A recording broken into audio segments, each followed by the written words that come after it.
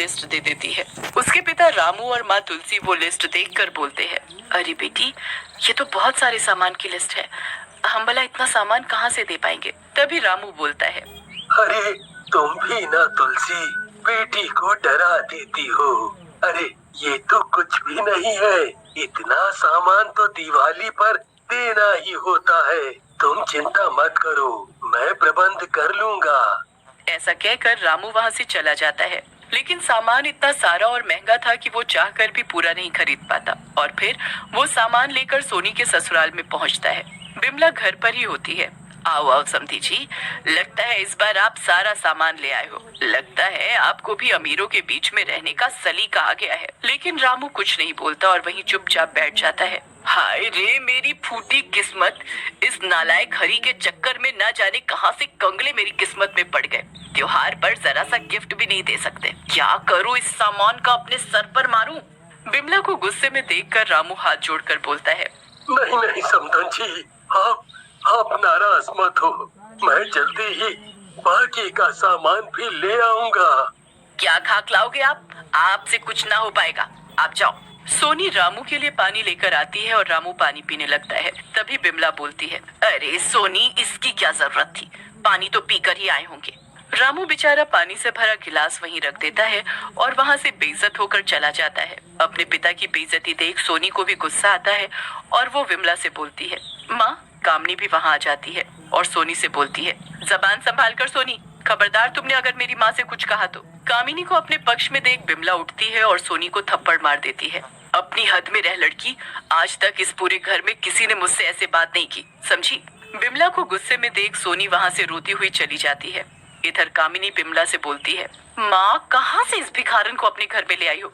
मैं तो कहती हूँ इसे यहाँ से चलता करो। कामिनी की बात सुनकर बिमला कहती है, चाहती तो मैं भी यही हूँ, लेकिन इसने तेरे भाई पर ना जाने कौन सा जादू मंतर कर रखा है। अंधा हो गया इसके प्यार में, इसकी तो बुराई भी नहीं सुनता, रोमियो बना फिर रहा है इसके आगे पीछे। मैं तो कहती हूँ माँ, इसे तालाब के किनारे ले जाकर धक्का दे देते हैं, मर जाएगी तो क्या भूत के पीछे भागेगा भाई।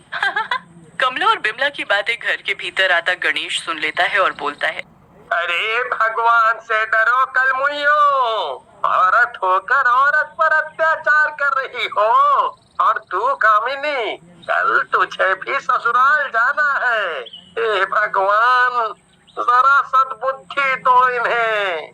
गणेश की बात सुनकर कामिनी वहाँ से चली जाती है और बिमला बोलती है, तुम ना जरा अपनी औकात में रहा करो, समझे? हम सिर्फ बात कर रहे हैं, हमने भला कोई उसकी जान ले ली?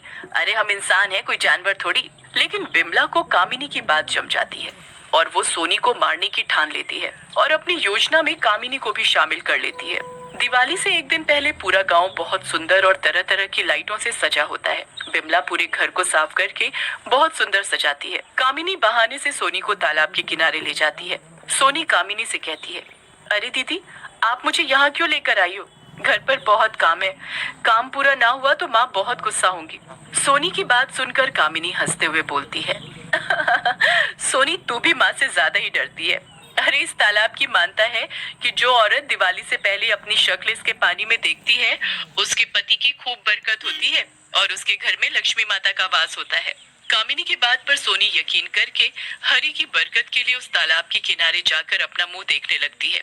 लेकिन तभी वहाँ विमला आ जाती है और फिर बिमला और कामिनी मिलकर सोनी को पीछे से धक्का मार देते हैं। माँ, ये क्या कर रही हो? मैं डूब जाऊंगी, मुझे तैरना नहीं आता। सोनी को यूं चिल्लाते देखकर बिमला और कामिनी खिलखिलाकर हंसने लगती है और कामिनी हंसते हुए बोलती है, डूब जाएगी इसीलिए तो तुझे इस तालाब में धक्का दिया है, देखो माँ कैसे तड़प रही है।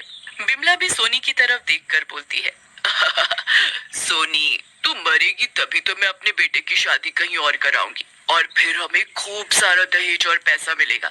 चल अब तू मर यहाँ, हम तो चले। ऐसा कहकर बिमला और कामिनी सोनी को वहाँ डूबता और तड़पता हुआ छोड़कर घर चले जाते हैं। उधर काफी देर बीत जाने और सोनी के घर पर न होने की वजह से हरी चिंता में आ जाता है और बिमला से बोलता है। हरी की बात सुनकर कामिनी रोने का नाटक करते हुए बोलती है, वाह भैया वाह, अब माँ और मुझे यही सुनने को रह गया था। अरे हम दोनों तुम्हारे और भाभी के दुश्मन है कोई, तुमसे ये उम्मीद नहीं थी भैया। सही कह रही है कामिनी बेटी, तेरे भाई को तो कुछ भी नहीं दिखता उस सोनी के सिवाय। अरे वो हमारी भी बहू है, उन दोनों का ड्रामा देख हरी वहाँ से चला जाता है और सोनी को ढूंढने लगता है। तभी उसका दोस्त गुलशन मिलता है। गुलशन से हरी सोनी के बारे में पूछता है।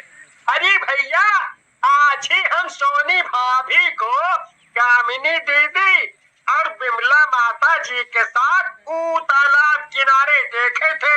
अब तो पता नहीं हमें।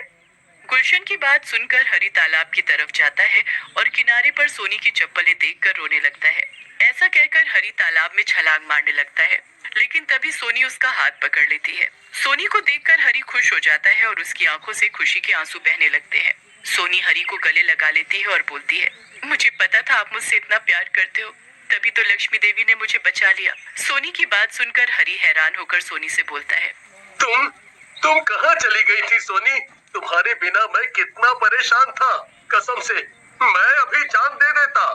फिर सोनी हरी को सारी बात बताती है और कहती है, फिर जब माँ और कामिनी मुझे धक्का देकर जाने लगे, तभी मैंने लक्ष्मी माँ को याद किया और उन्होंने मेरा हाथ पकड़कर इस तालाब के किनारे निकाल दिया। सोनी की बात सुनकर हरी बोलता है, लक्ष्मी देवी? मैं कुछ समझा नहीं सोनी। हरी की बात सुनकर तालाब से आवाज आती है, हरी बेटा, ये सोनी और तुम्हारे प्यार और मेरे प्रति भक्ति का नतीजा है। मैं तुम्हें आशीर्वाद देती हूँ, तुम हमेशा खुश रहोगे और अब से तुम्हें कभी पैसों की कमी नहीं रहेगी। हे माता, मेरी पत्नी की जान बचाने के लिए शुक्रिया। फिर हरी सोनी खुशी खुशी घर चले जाते हैं। सोनी को जीवित देखकर कामिनी और बिमला घबरा जाती हैं। मुझे माफ कर दो सोनी बेटी, मैं पैसों के लालच में अंधी हो गई थी, मुझे माफ कर दो। ऐसा कहकर बिमला और कामिनी दोनों सोनी के पैरों में गिर जाते हैं। सोनी उन दोनों